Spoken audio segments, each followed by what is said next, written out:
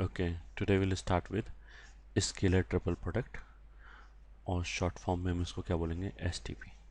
ठीक है, ट्रिपल का मतलब क्या है? तीन वेक्टर है। अभी तक जो हमने डॉट प्रोडक्ट और क्रॉस प्रोडक्ट पढ़ा था उसमें ओनली टू वेक्टर्स वर इन्वॉल्व, यहाँ पे तीन वेक्टर इन्वॉल्व होगा। और स्केलर का मतलब क्या है कि जो प्रोडक्ट होगा वो फाइनली एक नंबर होगा।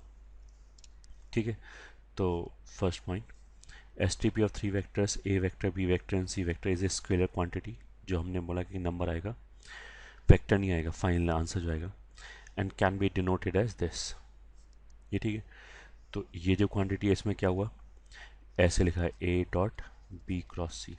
तो बी क्रॉस सी एक वेक्टर होगा, उस वेक्टर का ए के साथ डॉट लिया, तो ये स्केलर ट्रिपल प्रोडक्ट हो गया एंड इज डिफाइंड एज। अब डिफाइन करने के लिए इसको हम ऐसे लिख सकते हैं, ए डॉट बी क्रॉस सी जो है उसको हम लिखा बी इंटू सी इंटू साइन बीटा, इसने यूज़ किया है, इंटू एन कैप। ठीक है, अब इसमें ये नंबर है, ये नंबर है, ये नंबर है, N cap is a vector.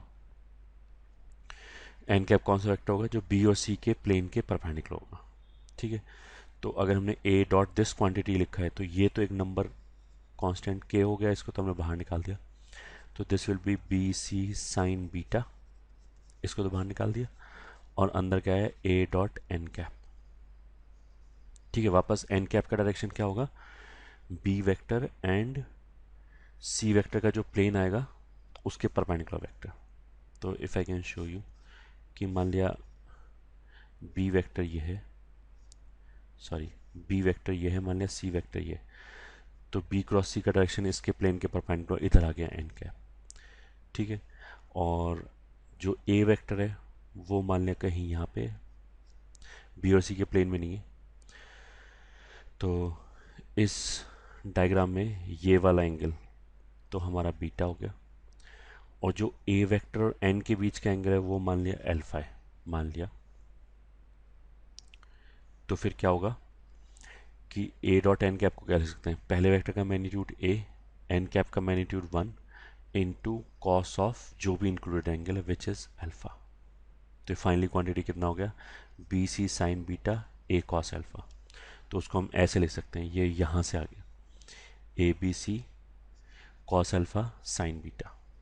ठीक है, दोबारा ऐसे लिखा है A dot B cross C, तो this can be written as A B C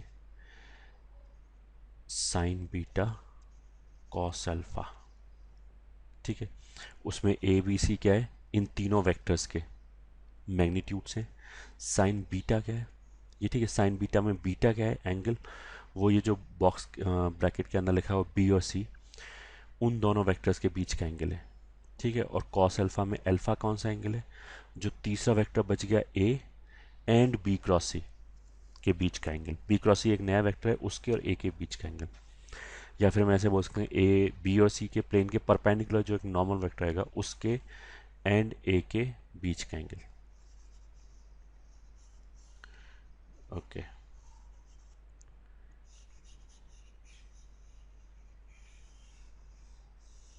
ठीक है, मूविंग फॉरवर्ड। तो ये डायग्राम समझ में आ गया होगा कि ये बी वेक्टर, सी वेक्टर और ये ए वेक्टर। ठीक है, इन तीनों वेक्टर्स को लेके, जैसे ये बी वेक्टर हो गया, ये सी वेक्टर हो गया, ये ए वेक्टर हो गया, A vector B vector C vector, इसको लेके हम एक पैरेललोपाइड बना सकते हैं। कैसे बनाएंगे? बी वेक्टर और सी वेक्टर वाला पैरेललोग्राम कंप्लीट किया, और जो ए वेक्टर है उसको चारों कोनों पे ऐसे रख दिया। ठीक है, ऐसा करने से जो इनके फाइनल पॉइंट्स आए उनको भी ज्वाइन कर दिया। तो ऐसे करके जो डायग्राम बनेगा वो क्या बनेगा? पैरेललोपाइड। और उसके लिए B vector, C vector and A vector, तीन एडजेसेंट, ये ठीक है, तीन को इनिशियल मतलब जिनका इनिशियल पॉइंट सेम है, इस पॉइंट से तीनों वेक्टर निकल रहा है, B vector, C vector and A vector. सही है, तो कौन सा पैरेललोग्राम आ गया जिसके लिए A vector B vector and C vector तीन को इनिशियल एजेस हो जाए? ठीक है, तो जैसे हमने डॉट प्रोडक्ट बोला था कि डॉट प्रोडक्ट का यूज़ कहाँ पे करते हैं? प्रोजेक्शन वगैरह निकालने में। क्रॉस प्रोडक्ट का यूज़ कहाँ पे करते हैं, या वेक्टर प्रोडक्ट का यूज़ कहाँ पे करते हैं? एरिया निकालने में, वैसे ही स्केलर ट्रिपल प्रोडक्ट या जो एसटीपी अभी हम पढ़ रहे हैं उसका यूज़ कहाँ पे आएगा, वॉल्यूम निकालने के लिए। ठीक है, तो सबसे पहले फिजिकली अगर ये ए डॉट बी क्रॉस सी अगर दे रखा है तो इसका मतलब क्या है, फिजिकल मतलब क्या है, या इसका ज्योमेट्रिकल इंटरप्रिटेशन क्या है, उसके लिए हमने ऐसे किया। A dot B cross C को अभी लिखा था A B C cos alpha sine beta, इसे हमने क्या कर दिया, ए कॉस अल्फा अलग कर दिया, बी सी साइन बीटा अलग कर दिया। ये ठीक है। तो अब तुम ऐसे देखो, जो इसका बेस होगा उसमें ये बी वेक्टर, ये सी वेक्टर। ठीक है, यहाँ से अगर मैंने परपेंडिकुलर ड्रॉप किया और इन दोनों के बीच का एंगल हमने बीटा बोल रखा है, तो ये कितना हो गया, सी साइन बीटा। ठीक है, तो अगर मैं ये मान लिया ए बी सी डी, अगर मैं ए बी डी ट्राइंगल की बात करूं, इस ट्राइंगल की, ठीक है, जो इस पैरेललोग्राम का आधा है, तो इसका एरिया कितना हो जाएगा, base into height C sine beta का हाफ। ये हो गया area of triangle A B D. ठीक है, अगर इसको मैंने ट्वाइस कर दिया तो पूरे पैरेललोग्राम का एरिया आ गया। तो ये टू और हाफ कैंसिल हो गया, उसका मतलब क्या है कि जो बी सी साइन बीटा है, ये क्या है, ये बेसिकली बेस का एरिया है। ठीक है, पैरेललोग्राम में इस बेस का area B C sine beta हो गया। तो यहाँ पे हमने बी सी साइन बीटा को अलग किया और ए कॉस अल्फा को अलग किया। ठीक है, ये तो एक चीज़ हो गया।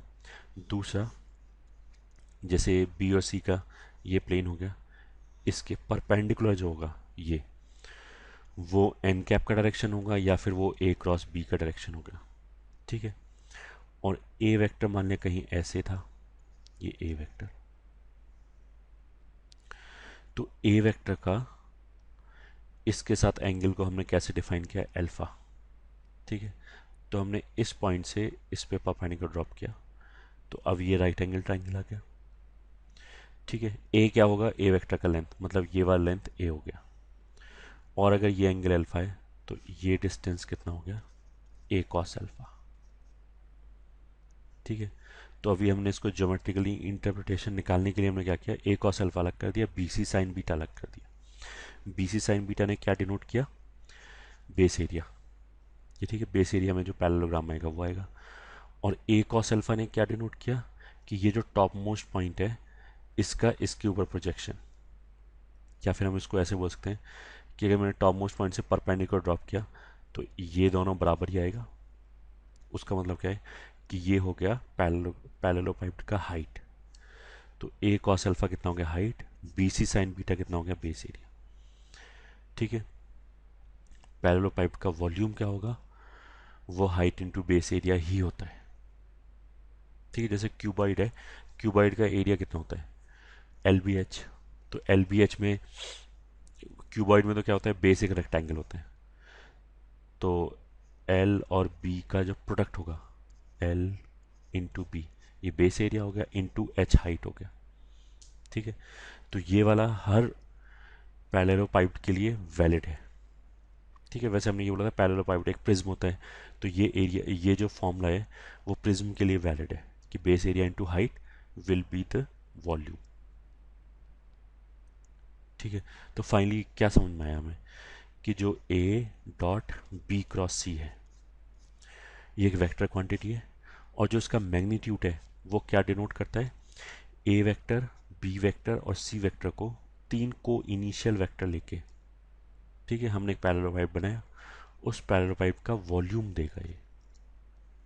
ठीक है, अच्छा, अब इसको डिनोट करने का तरीका क्या है, इसको ऐसे भी डिनोट कर सकते हैं ये। ठीक है, जैसे A dot B cross C लिखा है, तो इसको I can write down box A B C, पढ़ते हुए इसको ऐसे ही बॉक्स, वो बड़े वाला ब्रैकेट लगा लिया, और क्या बोलेंगे इसको, बॉक्स ए बी सी। अच्छा, वैसे हमने पहले शायद ये बोला था कि A cross B cross C अगर ऐसे लिखा है तो दिस इज मीनिंगलेस।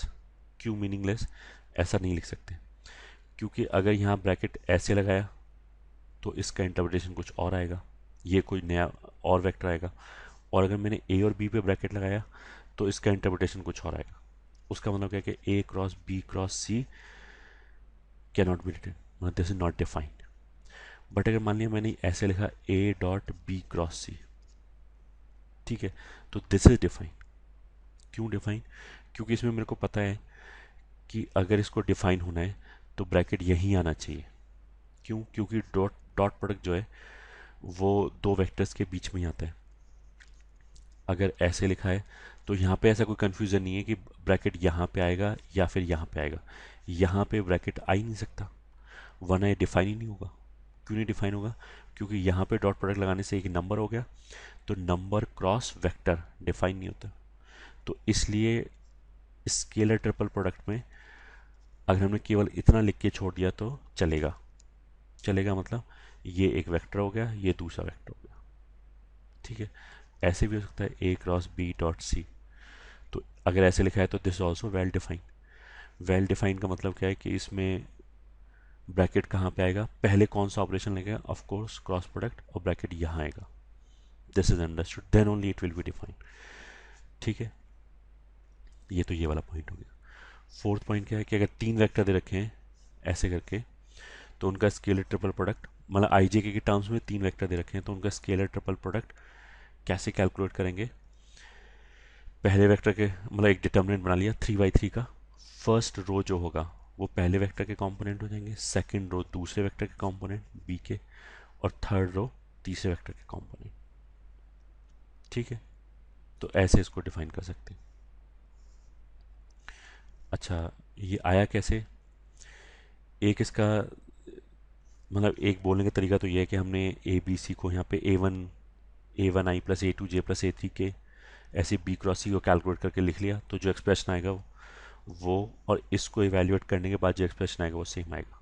एक तरीका तो ये हो गया बोलने का। दूसरा तरीका ये हो गया कि अगर मान लिया मैंने ए डॉट बी लिखा तो this is A1B1 plus A2B2 plus A3B3, ठीक है। तो ए डॉट बी लिखने का मतलब क्या है कि ए वेक्टर जो आया A1I plus A2J plus A3K, उसमें हमने आई जे के हटा के बी के कंपोनेंट रख दिए, तो ए डॉट बी आ गया, ठीक है। अब समझ में आ जाएगा कि अगर ए डॉट बी क्रॉस सी लिखा है तो बी क्रॉस सी लिख लिया हमने, आई जे के, केवल बी क्रॉस सी की बात करें, फिर आ जाएगा B1 B2 B3 C1 C2 C3, ये आ गया। अब इस लॉजिक से जो अभी हमने ऊपर एक्सप्लेन किया कि दो वेक्टर का डॉट प्रोडक्ट लिखने के लिए क्या कर सकते हैं, एक वेक्टर में आई जे के हटा के दूसरे वेक्टर के कंपोनेंट रख दिए, तो यहाँ पे भी हमने बी क्रॉस सी में आई जे के हटा के इसका ए के साथ डॉट लेने, तो ए के कंपोनेंट रख दिए A1 A2 A3। तो इसको हम एक्सप्लेनेशन की तरह ट्रीट कर सकते हैं, ठीक है। नहीं समझ में आया कोई बात नहीं। समझने लायक चीज़ क्या है कि इसको ऐसे लिख सकते हैं, अगर वेक्टर इस सॉरी स्केलर ट्रिपल प्रोडक्ट लिखना है तो जो भी तीन वेक्टर हैं जिस सीक्वेंस में हैं उसी सीक्वेंस में डिटर्मिनेंट के अंदर हमने ये लिख लिया, ठीक है। अब ऐसा करने से क्या हो गया, हमें एक बहुत अच्छा टूल मिल गया डिटर्मिनेंट वाला, और डिटर्मिनेंट की जितनी भी सारी प्रॉपर्टीज़ हैं वो इसके ऊपर अब लगा सकते हैं, ठीक है। तो अब जो आगे चल के हम प्रॉपर्टीज़ पढ़ेंगे स्केलर ट्रिपल प्रोडक्ट की, वो मोर और लेस डिटर्मिनेंट की ही प्रॉपर्टी हैं सारी, उसी को घुमा घुमा के बोला जा रहा है, ठीक है। एंड आई होप कि डिटर्मिनेंट की प्रॉपर्टीज़ तुम्हें आती हैं। तो फर्स्ट प्रॉपर्टी कि dot and cross can be interchange, A dot B cross C मतलब A dot B cross C अगर ऐसे लिखा है तो this and this are equal, ठीक है। इसका एक इंटरप्रिटेशन तो हमने ऐसे बोल सकते हैं कि अच्छा, जब मैंने बोला ना कि डॉट और क्रॉस का लोकेशन पोजीशन जो है वो इंटरचेंज किया जा सकता है, दैट डज नॉट मीन कि हम ब्रैकेट को वहीं रखें। जैसे लेफ्ट हैंड साइड में तो ब्रैकेट ये होगा, बट इसका मतलब ये नहीं कि हम ब्रैकेट इसमें भी ये लगाएं, ये तो अनडिफाइन हो गया। अकॉर्डिंगली ब्रैकेट चेंज हो जाएगा, ब्रैकेट बस यहाँ पे आ जाएगा, ठीक है। ये दोनों बराबर क्यों है उसका इंटरप्रिटेशन क्या है, एक तो डिटर्मिनेंट से आ जाएगा ये, ठीक है, कि जैसे A1 A2 A3 B1 B2 B3 C1 C2 C3, ये क्या था, पहला डॉट दूसरा क्रॉस तीसरा, ठीक है। इसमें हम ऐसे कर सकते हैं कि इन दोनों को ऊपर शिफ्ट कर दिया, A1 को नीचे ले आए, तो this is also equal to B1 B2 B3 C1 C2 C3 A1 A2 A3। Property से ये, डिटर्मिनेंट की प्रॉपर्टी से ये दोनों बराबर है, बट डेफिनेशन के हिसाब से अब ये क्या हो जाना चाहिए, ये हो जाना B dot C cross A। ये ठीक है। अब तो मतलब A dot B cross C and B dot C cross A दोनों बराबर हैं।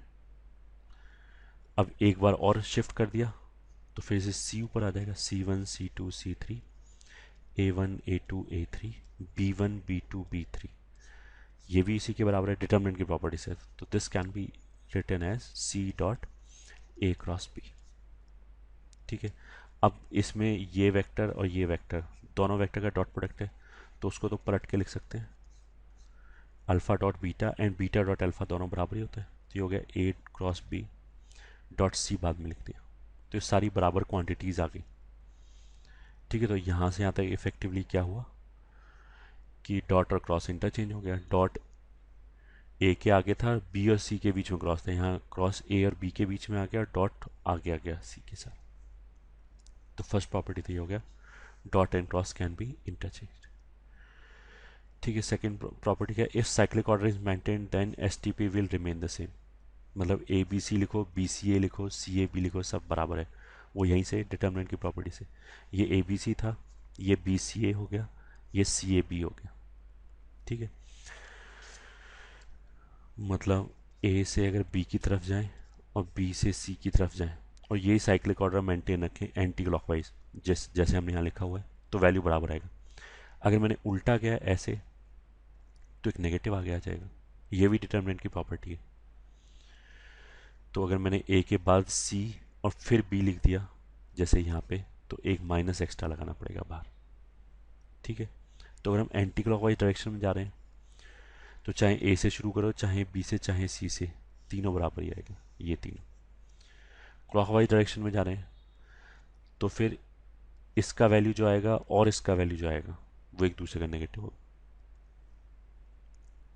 ठीक है, फिर नेक्स्ट प्रॉपर्टीज कि अगर एक वेक्टर के साथ एक नंबर लिखा है तो उस नंबर को बाहर निकाल सकते हैं, अगेन डिटर्मिनेंट की प्रॉपर्टी से। अगर के ए लिखा है तो उसका मतलब क्या है कि डिटर्मिनेंट में फर्स्ट रो में के मल्टीप्लाई हो रखा होगा, B1 B2 B3 C1 C2 C3, तो इसमें से अगर हमने के बाहर निकाल दिया तो you'll गेट दिस।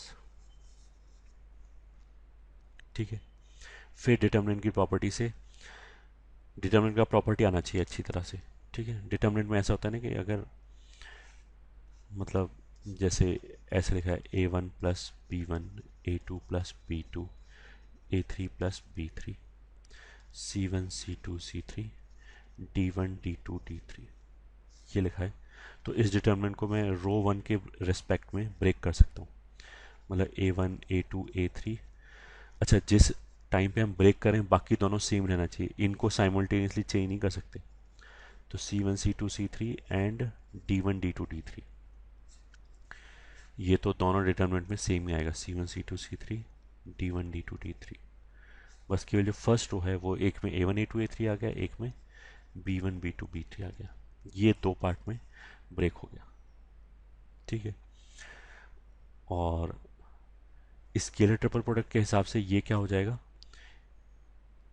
एक वेक्टर ए को हमने मान लिया A1 A2 A3, तो ये हो गया A प्लस बी वेक्टर, ये जो फर्स्ट रो है, second row C vector D vector. So this can be written as, box को एक जगह पे ब्रेक कर सकते हैं, ए सी डी अलग प्लस बी सी डी अलग। और ये जरूर याद रखेंगे, ब्रेक करते समय केवल एक ही चीज़ चेंज होनी चाहिए, बाकी दोनों सेम रहना चाहिए, ये दोनों दोनों ही जगह सी एंड डी आएगा। ये ठीक है, ये ब्रेक कहीं पे भी कर सकते हैं, चाहे पहली जगह हो, चाहे दूसरी जगह, चाहे तीसरी। मतलब अगर ऐसे लिखा है alpha beta plus gamma and delta, ये चार वेक्टर हैं, तो इसको इसकी जगह पे ब्रेक कर सकते हैं, but at that time alpha और डेल्टा दोनों जगह सेम आएगा, अल्फा डेल्टा प्लस दूसरे बॉक्स में भी अल्फा एंड डेल्टा, इसमें एक में बीटा एक में गामा। ठीक है, दिस एक्सप्लेन दिस प्रॉपर्टी।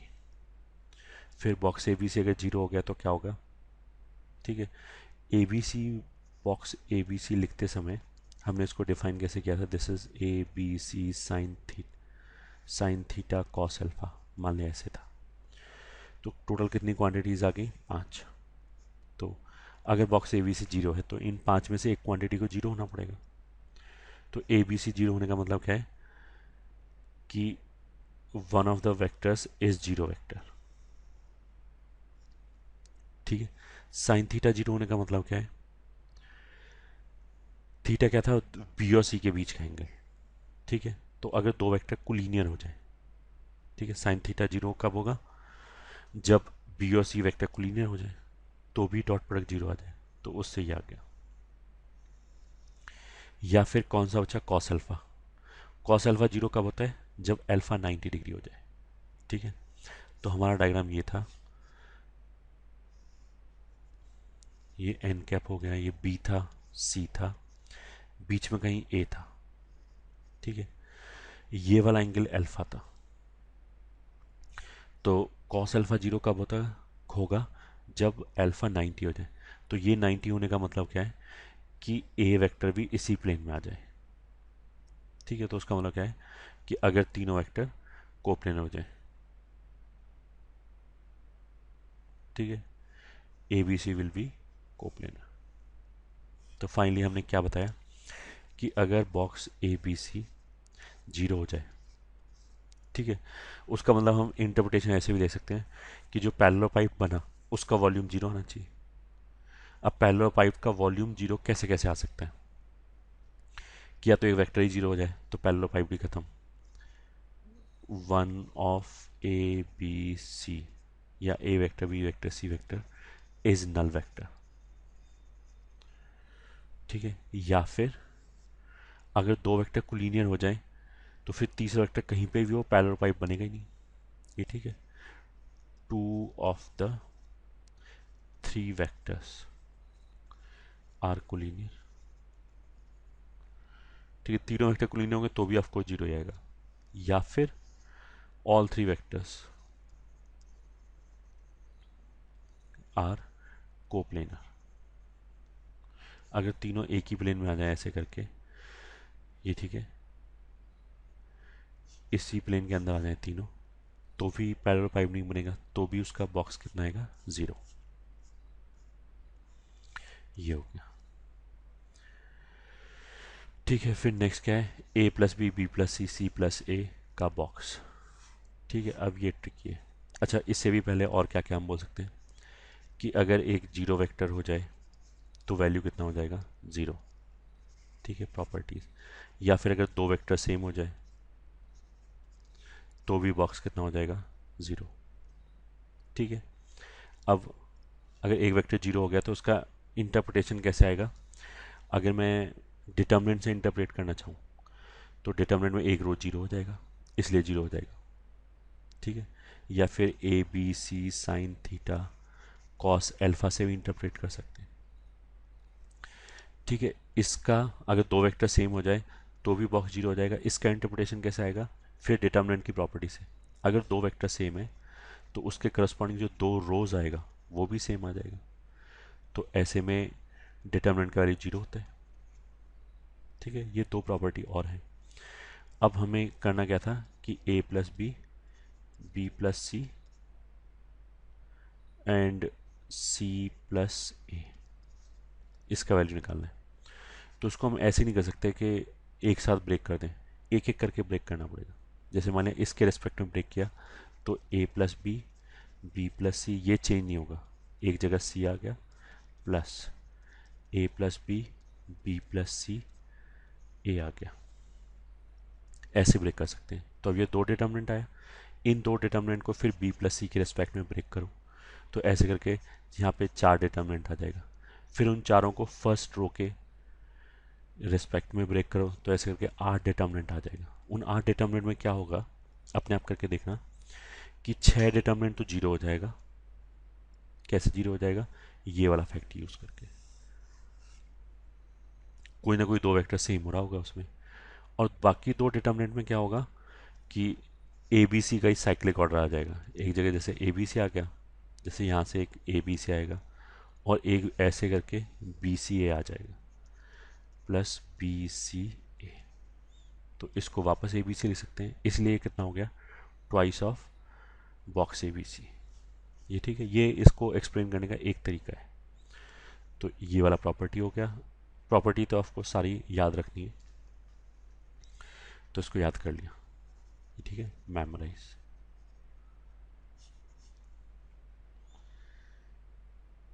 ये क्वेश्चन कितना आ गया, a minus 3b 2b plus 5c 3c minus 2a, ये होता है।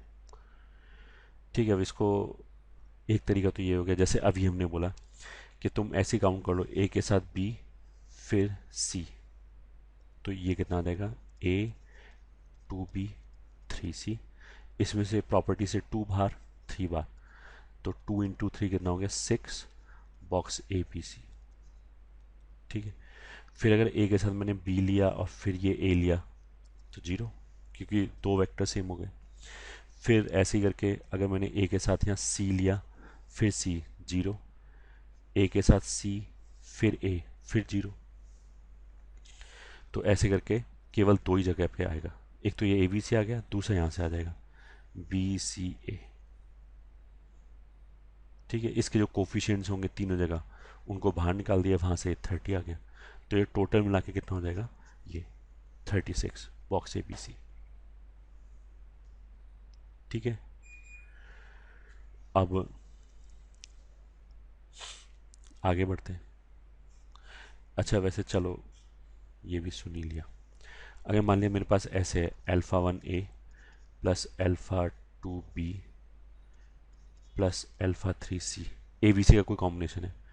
फिर यहाँ गया beta 1 A plus beta 2 B plus beta 3 C. फिर आ गया गामा 1 ए प्लस, मतलब ए बी सी का कॉम्बिनेशन लिखा है तीनों जगह पे सी। ठीक है, तो इसका वैल्यू कितना होगा, इसका वैल्यू होगा जो भी कोफिशिएंट्स हैं alpha 1 alpha 2 alpha 3, beta 1 beta 2 beta 3 and gamma 1 gamma 2 gamma 3, इसका बॉक्स ए बी सी आ जाएगा। अब ये कैसे आया वो तुम भूल जाओ, ये तो ऐसी एज ए फॉर्मूला याद कर लिया। ठीक है, ये ऑब्जेक्टिव तरीका बोल सकते हैं याद करने का। तो अभी जो मैंने लिखा था a plus B B plus C C plus A, उसको अब ऐसे भी कर सकते हैं कि इसको तीनों का कॉम्बिनेशन मान लिया। तो पहले में तो कितना हो गया 1 1 0, क्योंकि सी है ही नहीं इसमें, इसमें a नहीं है तो 0 1 1, इसमें b नहीं है तो 1 0 1 times box A B C. तो अगर इसको कैलकुलेट करोगे तो ये कितना आ जाएगा, कैलकुलेट करके देखना अपने आप 2 आ जाएगा। उसकी वजह से ये ऊपर जो अभी हमने लिखा है ये 2 यहाँ पे ही आ गया, वो डिटर्मिनेंट को एवेल्यूएट करने की वजह से। ठीक है, तो इसी तरीके से अब तुम इसको भी कर सकते हो। इसमें क्या करोगे, बॉक्स ए बी सी के साथ क्या डिटर्मिनेंट आएगा, ए बी, अच्छा ये एक वेक्टर है, ये दूसरा वेक्टर है, ये तीसरा वेक्टर है। तो ए बी सी है ही नहीं, तो ये आ गया 1 माइनस 3 0। फिर ये कितना आ गया, बी और सी 2 एंड 5 और ये 0, यहाँ पे बी नहीं है, a माइनस 2 0 3। इसको अब इवेल्युएट कर लेना, तो इवेल्युएट करोगे तो 36 आ जाएगा। तो थोड़ा ये शॉर्टकट तरीका हो गया। ठीक है, ओके, नेक्स्ट पॉइंट या next property, for 3 vectors A B C of given magnitude. मान लें ए बी सी का मैग्नीट्यूड फिक्स्ड है, ठीक है, तो बॉक्स ए बी सी की मैक्सिमम वैल्यू कितना होगी। अगर मैग्नीट्यूड फिक्स है तो A B C sine theta cos alpha में ये वाला पार्ट फिक्स हो गया। तो इसका मैक्सिमम वैल्यू कब आएगा, जब साइन थीटा भी 1 हो जाए और कॉस अल्फा भी 1 हो जाए। साइन थीटा 1 होने का मतलब क्या है कि बी और सी के बीच का एंगल 90 डिग्री हो जाए, तो वेक्टर बी और सी परपेंडिकुलर हो गया। कॉस अल्फा का वैल्यू 1 होने का मतलब क्या है कि अल्फा 0 हो जाए। अल्फा वैसे किस किस के बीच का एंगल था, एन कैप एंड ए के बीच का एंगल। ठीक है, तो कुछ ऐसे था हमारा, ये बी ये सी, ये परपेंडिकुलर था प्लेन के, और बीच में कहीं यहाँ पे ए था। तो ये जो एंगल है अल्फा ये 0 हो जाए, तो अगर ये 0 हो गया तो ए यहीं पे आ जाएगा। ठीक है, तो इसका मैक्सिमम वैल्यू कितना होगा, ए बी सी। कब होगा, जब बी और सी म्यूचुअली परपेंडिकुलर हो जाए, ए बी दोनों के परपेंडिकुलर हो जाए। ठीक है, अब ए के परपेंडिकुलर होने के दो तरीके हैं। एक तो जैसे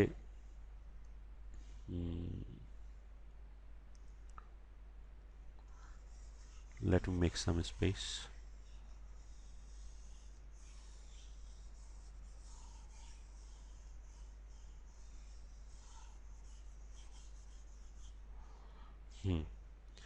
जैसे ये मान लिया बी और सी का प्लेन है, ये बी, ये आ गया सी वेक्टर।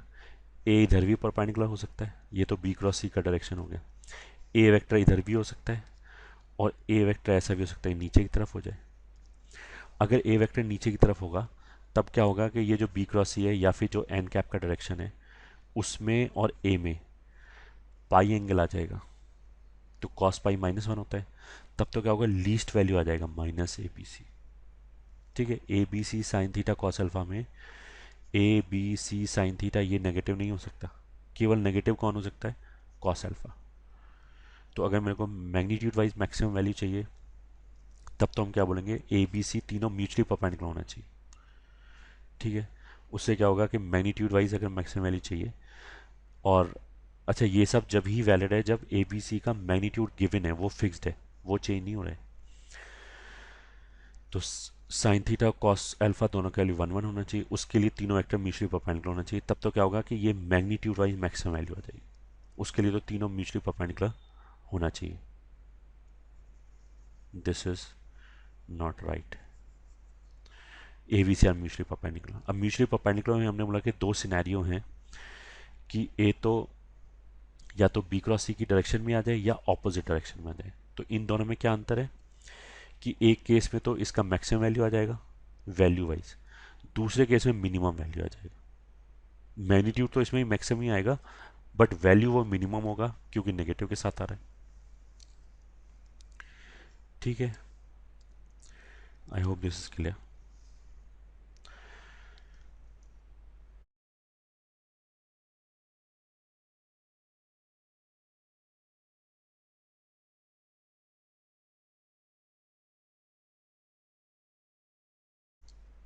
ओके, अब बॉक्स के मॉड का मिनिमम वैल्यू, तो मॉड का मिनिमम वैल्यू तो 0 ही होता है। ठीक है, साइन थीटा कॉस अल्फा, तो उसका 0 कैसे होगा, वही ए बी सी कोऑर्डिनेट हो जाए, कोई एक वेक्टर 0 वेक्टर हो जाए या फिर कोई दो लीनियर वेक्टर हो जाए। ठीक है, अच्छा अब जैसे अभी हमने बोला कि बॉक्स ए बी सी, ये ठीक है, ये किसके बराबर होता है, A B C sine theta cos alpha. इसमें से ये क्वांटिटी तो कभी भी नेगेटिव नहीं होगा, पॉजिटिव नेगेटिव किसकी वजह से होगा, केवल कॉस अल्फा की वजह से। ठीक है, तो कॉस अल्फा पॉजिटिव कब होगा, जब अल्फा एक्यूट हो जाए। तो उसको हम ऐसे बोल सकते हैं कि मान लिया ये बी और सी का प्लेन है। ठीक है, तो बी क्रॉस सी का डायरेक्शन ये ऊपर की तरफ आ गया। अगर ए वेक्टर जिस तरफ बी क्रॉस सी निकल रहा है उसी तरफ किसी भी एंगल पे निकले, मतलब ये एंगल हो, ये एंगल हो, ये एंगल हो, तब क्या होगा कि बी क्रॉस सी और इसके बीच में जो एंगल है वो हमेशा 90 से छोटा ही रहेगा, क्योंकि बी क्रॉस सी से जो 90 डिग्री एंगल बना है वो तो इस प्लेन में। तो अगर इस प्लेन से ऊपर की तरफ निकला तो एंगल 90 से ज़्यादा आएगा। बट अगर मान लिया ऐसे नीचे की तरफ निकल जाए तो फिर ये जो एंगल आएगा बी क्रॉस सी से ए का, वो ऑप्ट्यूज आएगा। ऑप्ट्यूज आएगा तो फिर कॉस अल्फा नेगेटिव हो जाएगा। ठीक है, तो अगर box A B C positive है तो उसका मतलब क्या है कि ए वेक्टर जो है वो बी क्रॉस सी की डायरेक्शन के साथ एक्यूट एंगल बना रहा है। उस केस में हम क्या बोल देंगे, it is following right handed system. ठीक है, और अगर दूसरी तरफ जा रहा है then will say it is following left handed system. ठीक है, तो ये हो गया, मतलब लेफ्ट हैंडेड सिस्टम किसको बोलेंगे कि ए क्रॉस बी की डायरेक्शन के साथ, सॉरी बी क्रॉस सी की डायरेक्शन के साथ ए वेक्टर जो है वो एक्यूट एंगल बना रहा है, उसको राइट हैंडेड सिस्टम बोलेंगे। ऑप्ट्यूज एंगल बना रहा है तो लेफ्ट हैंडेड सिस्टम बोलेंगे। And if I can show you कि जैसे अगर ये दिख रहा है, ठीक है, तो ये बी वेक्टर हो गया, ये सी वेक्टर हो गया, तो बी क्रॉस सी परपेंडिकुलर हो गया ये इस प्लेन के। अगर ए वेक्टर इसी की तरफ बाहर आए, मतलब ऐसे बाहर आए, तो ये एंगल एक्यूट हो जाएगा। अच्छा, लेट मी शो ऐसे वापस कि ये मान लिया बी वेक्टर है, ये बी वेक्टर है, इफ यू कैन सी ये बी वेक्टर है, ये सी वेक्टर है, तो बी क्रॉस सी ये ऊपर की तरफ बाहर आ रहा है, तो ए अगर इसी तरफ बाहर आए तब तो ये एंगल एक्यूट होगा, ये बी क्रॉस सी का डायरेक्शन है। बट अगर हम इसको ऐसे ले आए तो 90 डिग्री हो जाएगा, ये बी, ये सी, ये बीच में ए है, बी क्रॉस सी राइट हैंड सिस्टम की तरफ से ऊपर की तरफ आएगा, तो अगर ए यहाँ पे है तो 90 डिग्री हो गया, तब तो बॉक्स जीरो हो गया। अगर ए ऐसे हो गया तो ये एक्यूट एंगल हो जाएगा, तो बॉक्स पॉजिटिव हो जाएगा। और अगर ए ऐसे हो गया, इस तरफ चला गया, तो फिर यहाँ से ऑप्ट्यूज एंगल बनेगा, तो नेगेटिव हो गया। बॉक्स नेगेटिव हो गया तो हम बोलेंगे लेफ्ट हैंड सिस्टम फॉलो कर रहा है, और पॉजिटिव हो गया तो हम क्या बोलेंगे, राइट हैंड सिस्टम फॉलो कर रहे हैं। अच्छा, ये लेफ्ट हैंड सिस्टम और राइट हैंड सिस्टम है, ये वेक्टर के सीक्वेंस की प्रॉपर्टी है। मतलब कि अगर मैंने बोला कि A B C right hand system follow कर रहे हैं, तो अगर मैंने सेम साइक्लिक ऑर्डर मेंटेन रखा, मतलब बी सी ए लिखें या सी ए बी लिखें, ये तीनों राइट हैंड सिस्टम ही आएगा। अगर मैंने साइक्लिक ऑर्डर चेंज कर दिया, जैसे ए बी सी में बी सी की बजाय सी बी कर दिया, ए सी बी कर दिया, तो ये उल्टा हो जाएगा। अगर A B C right hand system है तो फिर ये लेफ्ट हैंड सिस्टम आ जाएगा, और अगर A B C left hand system है तो फिर ये राइट हैंड सिस्टम आ जाएगा। ठीक है, अब questions. First question, find lambda if these are coplanar. ये तीन वेक्टर कोप्लेनर है, तो इनसे एक डिटर्मिनेंट बनाओ ऐसे करके 3 4 7 लैम्डा 1 2 लैम्डा, इसको जीरो कर दिया, सॉल्व कर लिया, जो भी आंसर आ गया लैम्डा का, ये तो इक्वेशन आ जाएगा क्योंकि बराबर जीरो का रखा है, लेफ्ट हैंड साइड को सिंप्लीफाई करो, लैम्डा के टर्म्स में एक आंसर आ जाएगा, वो जो लैम्डा का वैल्यू आएगा उससे वही आंसर होगा। ठीक है, पहले केस में तो क्या बोला गया कि ये तीन वेक्टर कोप्लेनर वेक्टर हैं। दूसरे केस में क्या बोला गया कि ए बराबर बी बराबर ये चार पॉइंट्स हैं, ये चार पॉइंट कोप्लेनर पॉइंट है। ठीक है, दूसरे केस में क्या है कि ऐसे करके चार पॉइंट दे रखा है, ये चार पॉइंट कोप्लेनर पॉइंट है।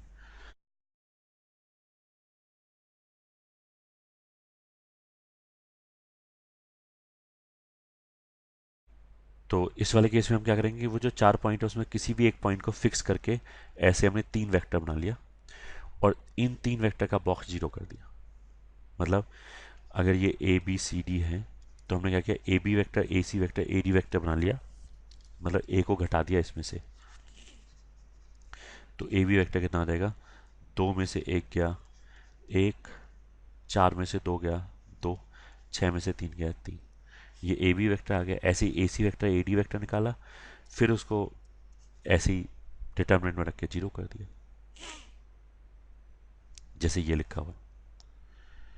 ठीक है, question one, prove that A cross B बराबर सिग्मा, चलो मैं हटा देता हूँ, टाइम्स आई कैप प्लस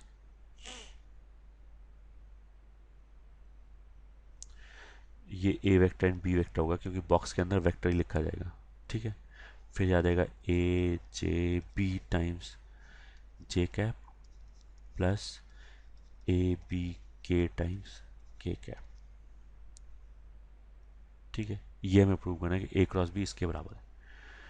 ठीक है, बहुत सिंपल है।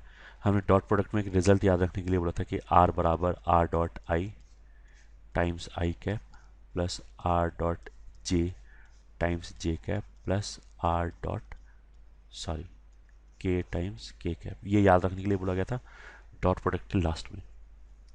तो ये तो हमेशा ही ट्रू है, आर की जगह हमने क्या किया, ए क्रॉस बी रख दिया, ए क्रॉस बी पुट आर बराबर ए क्रॉस बी। तो लेफ्ट हैंड साइड तो ये हो गया, राइट हैंड साइड पे कितना हो जाएगा, A cross B dot I cap, तो ये बॉक्स ए बी आई हो गया। ऐसे यहाँ पे रखना, साइक्लिक ऑर्डर वाली प्रॉपर्टीज लगा के ऐसे लिख सकते हैं उसको। ठीक है,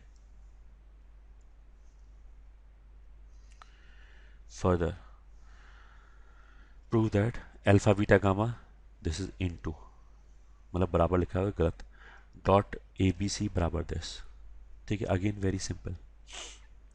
ये तो बेसिकली लेफ्ट हैंड साइड पे जहाँ पे बॉक्स लिखा है तो हमें वहाँ पे क्या नज़र आना चाहिए कि यहाँ पे एक डिटर्मिनेंट लिखा है। तो जैसे उसने ऐसे लिखा है alpha beta gamma dot into, ये डॉट प्रोडक्ट नहीं है, ये तो नंबर है, बॉक्स एक नंबर होता है।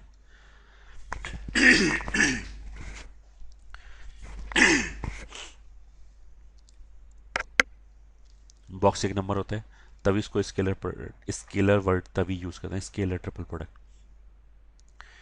Into A B C. तो ये तो दो नंबर का प्रोडक्ट लिखा हुआ है, तो इसको हमने लिखा alpha one alpha two alpha three, beta one beta two beta three, gamma one gamma two gamma three, और ये हो जाएगा A one A two A three, B one B two B three, C one C two C three. अब इसमें multiply कर लो, vector determinant का जो multiplication है दिस इनटू दिस जब करेंगे तो क्या आ जाएगा, A one alpha one plus A two alpha two plus A three alpha three, उसको I can write down as this A dot alpha. फिर जब इस रो को इसके साथ मल्टीप्लाई करेंगे तो ए डॉट बीटा आ जाएगा, फिर ऐसे ए डॉट गामा आ जाएगा एंड सो, इसलिए आ गया। ठीक है, ये तो प्रीवियस क्वेश्चन का सोल्यूशन था। इसी में अगर मैंने अल्फा बीटा गामा की जगह ए बी सी लिख दिया तो ये रिजल्ट आ गया। ठीक है, and this you are suppose to memorise अच्छी तरह कि बॉक्स ए बी सी का स्क्वायर बराबर रो वाइज ए वेक्टर फिक्स कर लिया, फिर बी, फिर ऐसे सी, फिर डॉट, अब ऐसे ए लिख दिया, फिर कॉलम वाइज बी लिख दिया, फिर सी लिख दिया। ये ठीक है, तो बॉक्स ए बी सी का स्क्वायर इसके बराबर होता है, and this is also equals to, जो हम आगे चल के पढ़ेंगे, ए क्रॉस बी, ये भी एक वेक्टर है, B cross C, C cross A. ये ठीक है, ये याद कर लिया, ये बराबर होता है।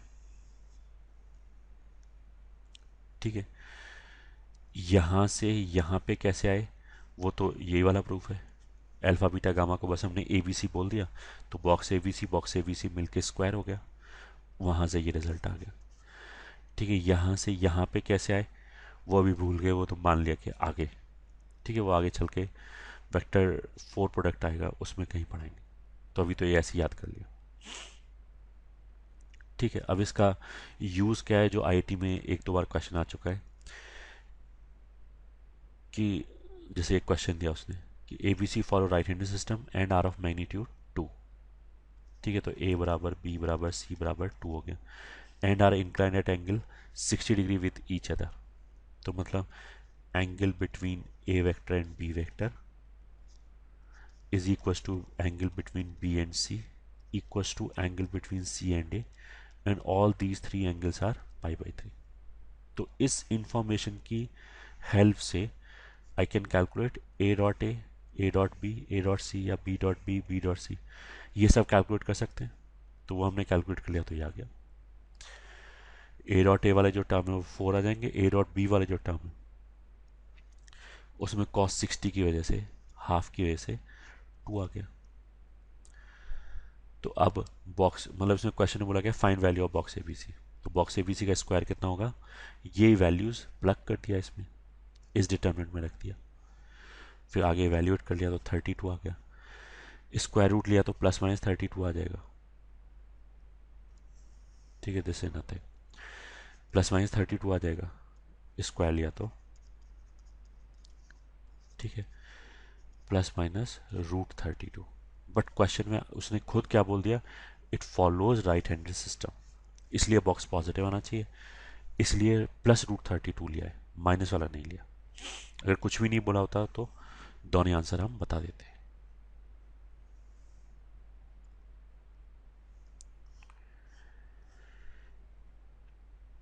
ठीक है, फिर नेक्स्ट क्वेश्चन है prove that this is equal to this. Again same question, box दिखाई दिया तो उसको मैं डिटर्मिनेंट के फॉर्म में ऐसे लिख सकता हूँ। ठीक है, क्रॉस प्रोडक्ट दिखाई दिया, अच्छा ये लिखा क्या है, बॉक्स ए बी सी, ये तो एक नंबर हो गया, टाइम्स पी क्रॉस क्यू, ये एक वेक्टर हो गया। ठीक है, तो नंबर टाइम्स वेक्टर, जैसे 3A वेक्टर, उस टाइप की चीज़ लिखी हुई है ये। बट 3 को लिखने का ये तरीका है बॉक्स में, यहाँ पे मतलब बॉक्स ABC को लिखने का ये तरीका हो गया। और जो क्रॉस प्रोडक्ट हो गया वो तो हम क्रॉस प्रोडक्ट में पढ़ चुके हैं, उसको भी डिटर्मिनेंट के फॉर्म में ऐसे लिख सकते हैं।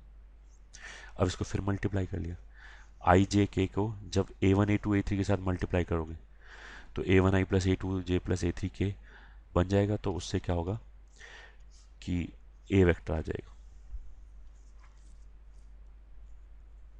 ठीक है, फिर ऐसे इसको मल्टीप्लाई किया, इसको मल्टीप्लाई किया, तो बी वेक्टर सी वेक्टर आ गया। P1 P2 P3 को उठा के ए से मल्टीप्लाई किया तो फिर वो ए डॉट पी टाइप चीज आ जाएगी, फिर B dot P, C dot P, फिर थर्ड रो को उठाया Q1 Q2 Q3 को, वहां से A dot Q, B dot Q and C dot Q, ये आ जाएगा। डिटर्मिनेंट की प्रॉपर्टी से इन दोनों को इधर शिफ्ट कर दिया, इसको पीछे ले गए, तो ये वाली चीज मैच कर गई। Hence this will be the answer.